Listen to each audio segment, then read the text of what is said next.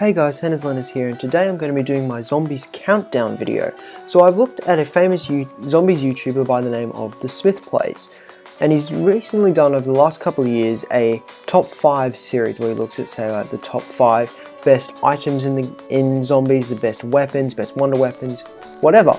So what I've done is I've had a look at all his videos that he's done since he began the series, and I've compiled a sort of table of some sorts, and given each item on that list a ranking depending on where they placed on that top 5 video. So before I get into the actual list of where the actual maps stand in terms of points, I'll give you a rundown on the system I used.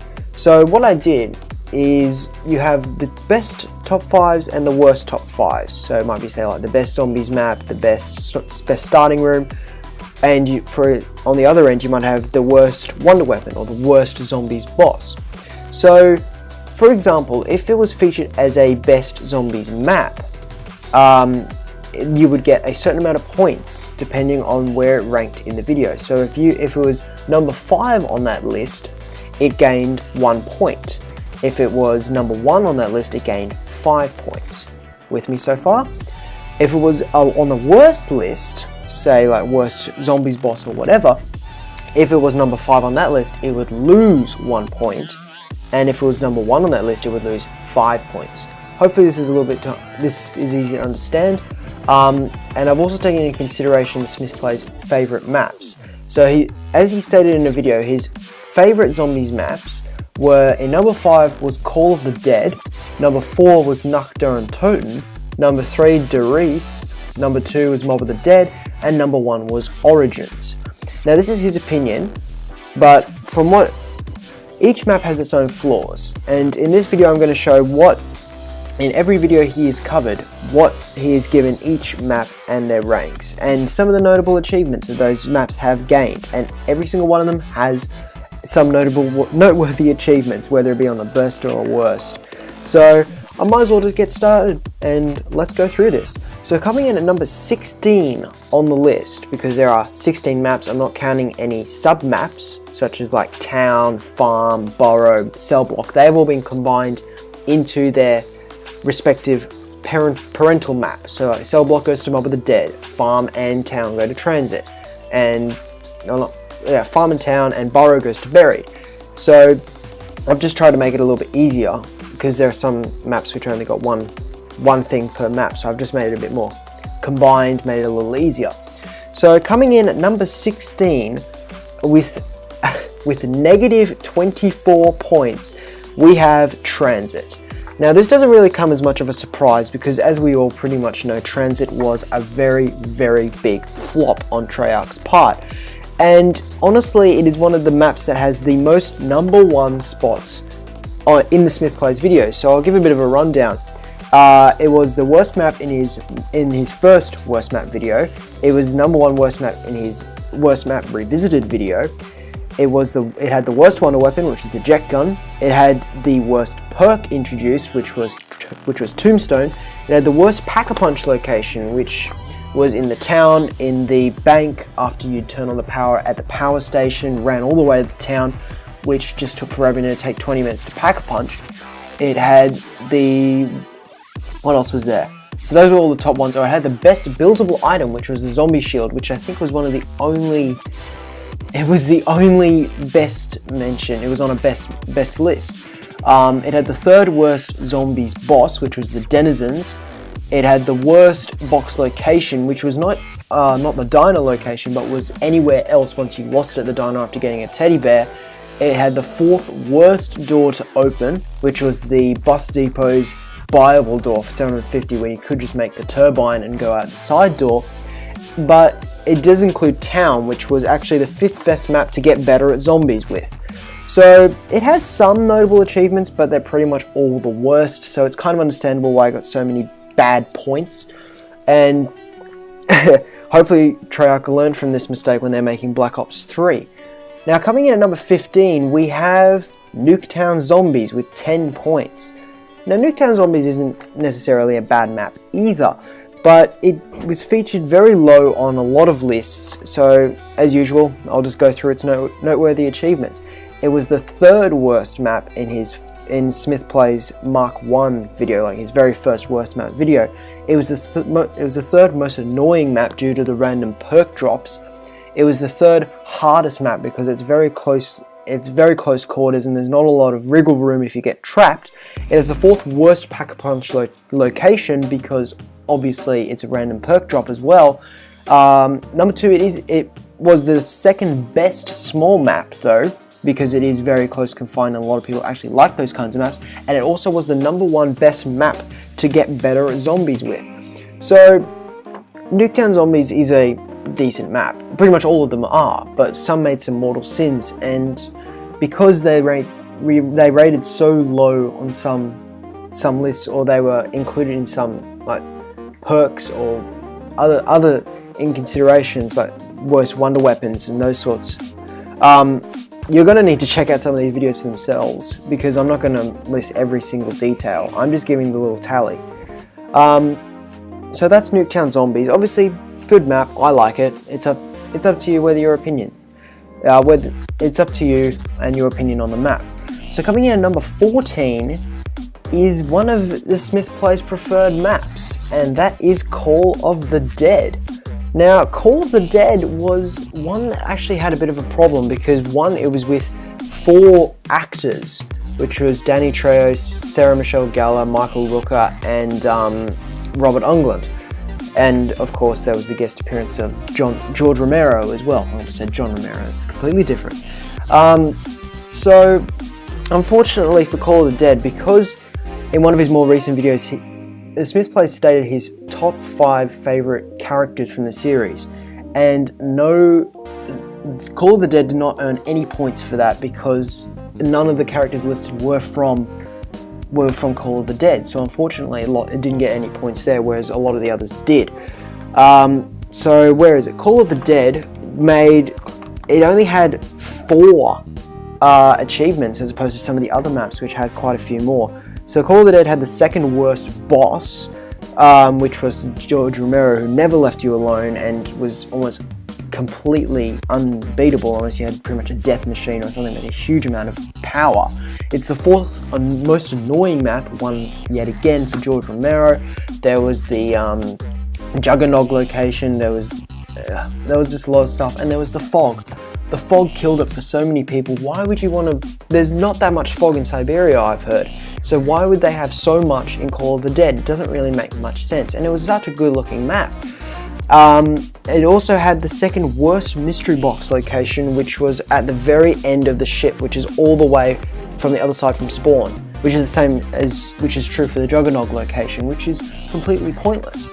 It's such a waste of time to have to walk all the way there and all the way back. Why would you do it? And Juggernog, as we all know, is pretty much the most important perk in the game, so why would you put it so far away? And as Smith Plays rightly says, it's hiking simulator. Nobody wants to go all the way to the other end of the ship every time you go down just to get your Juggernog again. But as I said before, Call of the Dead was his 5th best map, so obviously he likes it, and I'm not going to argue with him. So coming in at number 13, we have, dropping in at number 13, we have Die Rise with 16 points. So Die Rise is probably the lowest. I kind of like Die Rise because it's so bright and colourful compared to a lot of maps which are a lot grungy and grey and brown, and it kind of brought away from the formula a bit. But it doesn't change the fact that Die Rise made some very problematic errors. It actually did have a lot of it did have a lot of mentions on best lists. It did have past tense, it did have the best wonder weapon for a time before the Sliquifier got patched. And right now it's probably not as good as some other wonder weapons, but it did hold that for a fair amount of time. It had the 4th best training spot, which is in the Buddha room, which is obviously it's huge and you're never really going to get caught down there. It had the 3rd best zombie bosses, which was the jumping jacks, which of course if you got 100% accuracy and killed all of them all the jumping jacks, you would get a free perk plus a max ammo. So obviously that's great for challenges.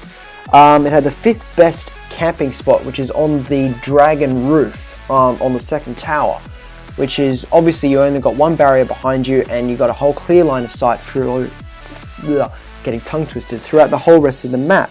It had the 4th best buildable item, which was the which one was that? It wasn't the trample steam.